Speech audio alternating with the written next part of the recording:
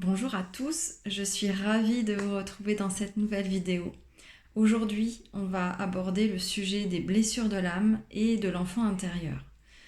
Pour ceux qui ne le savent pas, je propose un accompagnement de plusieurs séances sur l'enfant intérieur, la libération émotionnelle et surtout la reconnexion à cette partie de soi.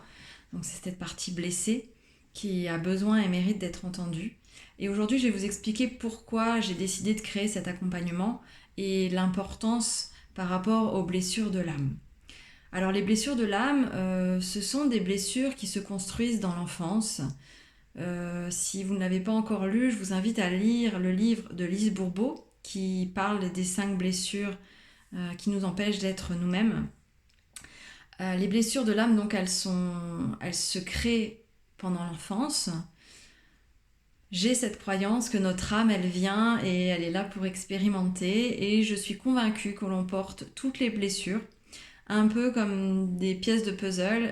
Il y en a des plus ou moins grandes, des plus ou moins imposantes, euh, ou alors c'est un peu comme des couches d'oignons, et à un moment, c'est cette blessure qui a besoin d'être entendue, d'être traversée, d'être accueillie. Mais en tout cas, elles sont toutes présentes à l'intérieur de nous à plus ou moins grande échelle. Euh, j'ai cette conviction que les blessures, on les a certainement toute notre vie. Je ne suis pas convaincue d'une guérison, si guérison est synonyme d'effacement. Pour moi, guérir, c'est accepter, c'est entendre, c'est accueillir la blessure comme étant une partie de soi, comme étant là et faisant partie de notre être. Et il faut sortir de cette idée de vouloir guérir à tout prix et de se dire ok, j'ai cette blessure par exemple d'abandon, demain je ne veux plus la voir, je vais tout faire pour guérir. Non, cette blessure, elle est là, elle vous permet de développer certaines compétences, certaines qualités, donc elle est quand même précieuse. Et le but, c'est vraiment de l'accueillir, de la conscientiser, de se dire ok, là j'ai conscience que j'ai cette blessure là, mais en faisant voilà un travail d'exploration de soi, que cette blessure soit moins réactive et moins douloureuse. Ce travail d'exploration de soi, à mon sens, il n'est possible que si on va rencontrer notre enfant intérieur, parce que c'est à cette période-là que se sont construites les blessures. Lorsque vous vivez quelque chose à l'état adulte qui vous fait réagir, qui vous fait revivre des émotions très fortes, intenses, ça vient toujours rappeler quelque chose qui s'est passé dans l'enfance. À vous d'aller identifier donc déjà la peur, la blessure, et d'aller regarder quelles sont les similitudes avec l'enfance. Quel est l'événement en fait qui s'est passé et que ça vient réveiller, que ça vient toucher. Le travail d'exploration de soi que moi, qui est cher à mon cœur et que j'accompagne, donc moi ce sont à travers les thérapies florales, les élixirs que j'accompagne. Il y a plein d'autres techniques, mais c'est à mon sens essentiel pour aller vers un mieux-être, un apaisement, ne plus être dans un contrôle, dans une résistance, parce que c'est ça qui crée les tensions, c'est ça qui crée un mal-être. Et vraiment être dans cet état d'accueil, de relâchement, de compréhension, c'est ça qui va vous apporter une paix intérieure. Alors, dernièrement, j'ai eu une relation qui a été très compliquée, très difficile pour moi, parce qu'elle est venue réveiller énormément de blessures du passé. Ça a été d'une violence extrême, ça a été très remuant, très... j'ai même pas les mots, donc mis à part les émotions, j'ai pas grand chose là. Euh, C'est pas quelqu'un qui est venu créer des blessures chez moi, c'est vraiment quelqu'un qui est venu les révéler et les mettre à nu et me mettre face à mes blessures. Je ne parle absolument pas de relations toxiques à partir du moment où la personne n'est pas consciente qu'elle nous fait du mal et qu'elle ne le fait pas consciemment. La relation devient toxique à partir du moment où on sort de l'amour inconditionnel et à partir du moment où la personne va agir pour vous faire souffrir, elle va utiliser des mots, elle va taper dans vos vulnérabilités qu'elle connaît déjà. Là, effectivement, on rentre dans de la toxicité. Là, en l'occurrence, le début de cette relation n'était pas toxique et m'a permis de voir et de conscientiser des blessures et des peurs, de me mettre face à elles. Donc, j'ai été mise face à ces blessures. Du coup, j'ai été poussée pour aller plonger dedans et aller voir les résonances par rapport à mon passé, par rapport à mon enfance. Voilà, qu'est-ce que ça faisait remonter chez moi. Il faut savoir que lorsque vous êtes dans l'exploration de vous, c'est inutile d'aller essayer de comprendre avec votre cerveau, avec votre tête, avec votre mental. Parce que là, vous allez aller dans l'ego. Et l'ego, en fait, il a peur. Et lui, il va tout faire pour vraiment vous protéger à sa manière. Et du coup, vous laisser dans un schéma qu'il connaît déjà, même si ce schéma est un schéma qui est complètement toxique. Lorsque vous rentrez dans cette exploration de soi, on y va avec le cœur. On n'y va pas avec sa tête. C'est vraiment, on sort de la réflexion, on sort du doute, on sort du manque de confiance, on sort de tout ça. On explore avec son cœur, on y va avec son cœur. C'est instinctif, il n'y a pas de raison. On se laisse porter parce que notre cœur nous dit. L'exploration de soi, c'est vraiment être dans l'accueil de ses blessures, dans l'accueil, dans l'amour. Comment est-ce qu'on accueille ces blessures? Ça va passer par l'écoute de son corps. Qu'est-ce que le corps va dire? Qu'est-ce que le corps va exprimer? Donc ça passe déjà par tout ça. Et ça va aussi passer par l'observation de soi.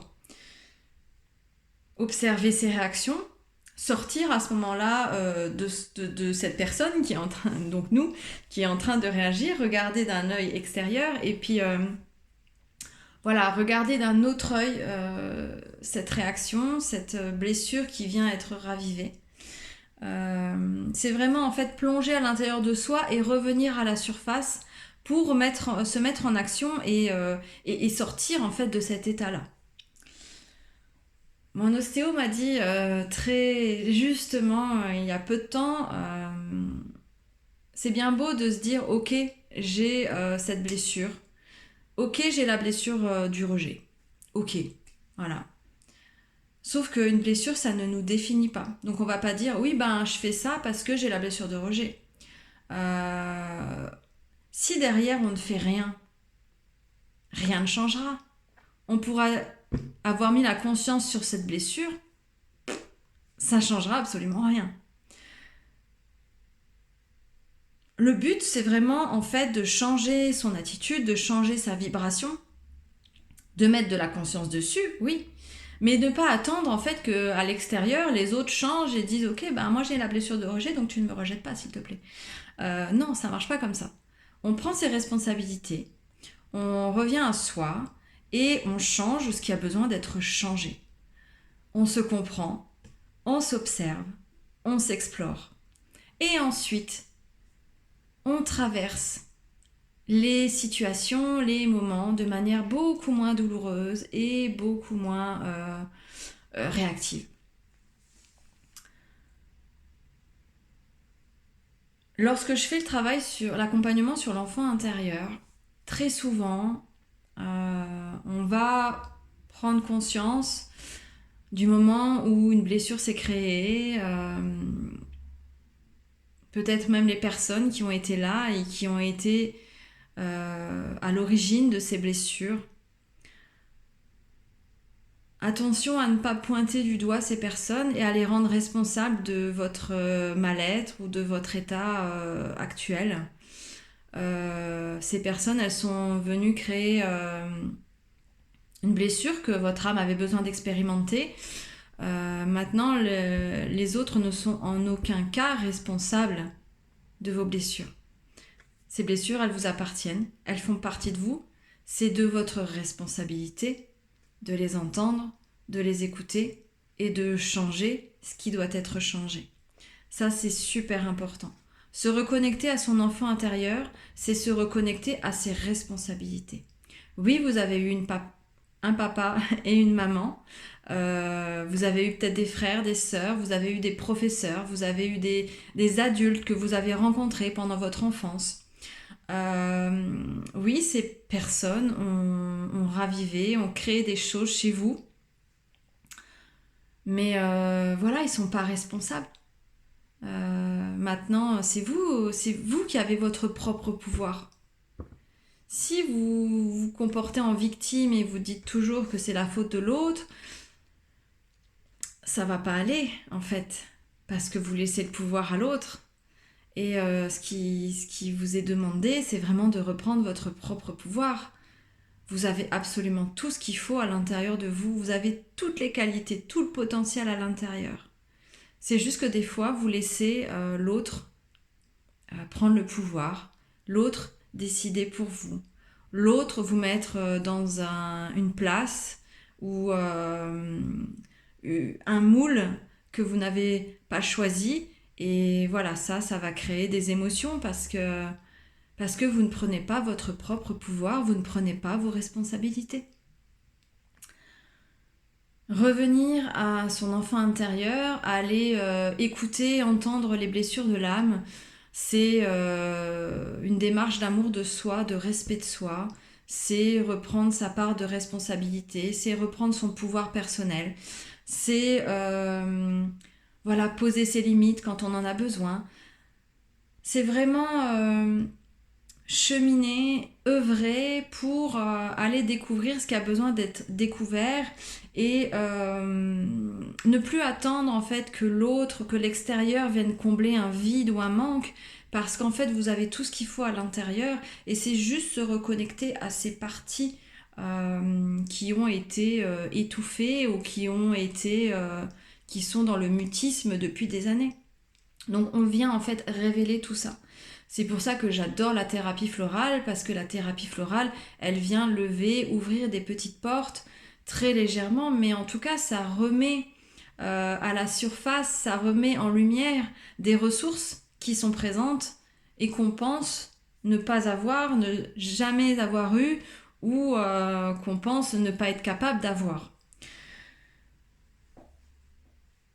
Donc voilà, c'est pour ça que je mets un point d'honneur à cet accompagnement de l'enfant intérieur. Personnellement, c'est quelque chose que j'ai aussi expérimenté, que j'expérimente régulièrement. Lorsque j'ai des émotions qui sont un peu fortes, je n'hésite pas à aller voir la petite Sophie, voir ce qu'elle a à me dire. J'hésite pas à aller l'entendre, à aller l'écouter. C'est toujours des moments très émotionnels. D'ailleurs, là, ça me touche. Parce que c'est des moments, rien qu'à moi, c'est des moments où je vais m'entendre, où je vais m'aimer, où je vais me réconforter, où je vais m'écouter, où je vais me dorloter, où je vais me faire plaisir. Et c'est vraiment des moments, en fait, que je prends pour moi et que je prends vraiment pour aller m'explorer et écouter. Pourquoi la petite Sophie, elle s'est sentie rejetée, pourquoi elle s'est sentie abandonnée, pourquoi elle s'est sentie humiliée, pourquoi elle s'est sentie honteuse, pourquoi elle s'est sentie jugée, pourquoi elle s'est sentie dans l'injustice. Voilà, tout ça, je vais voir, je l'accompagne. Et en fait, elle est mon plus grand et mon plus beau guide, si j'ai envie de dire. Donc, cette reconnexion à l'enfant intérieur, pour moi, c'est la base essentielle si vous voulez aller accueillir et accepter vos blessures de l'âme.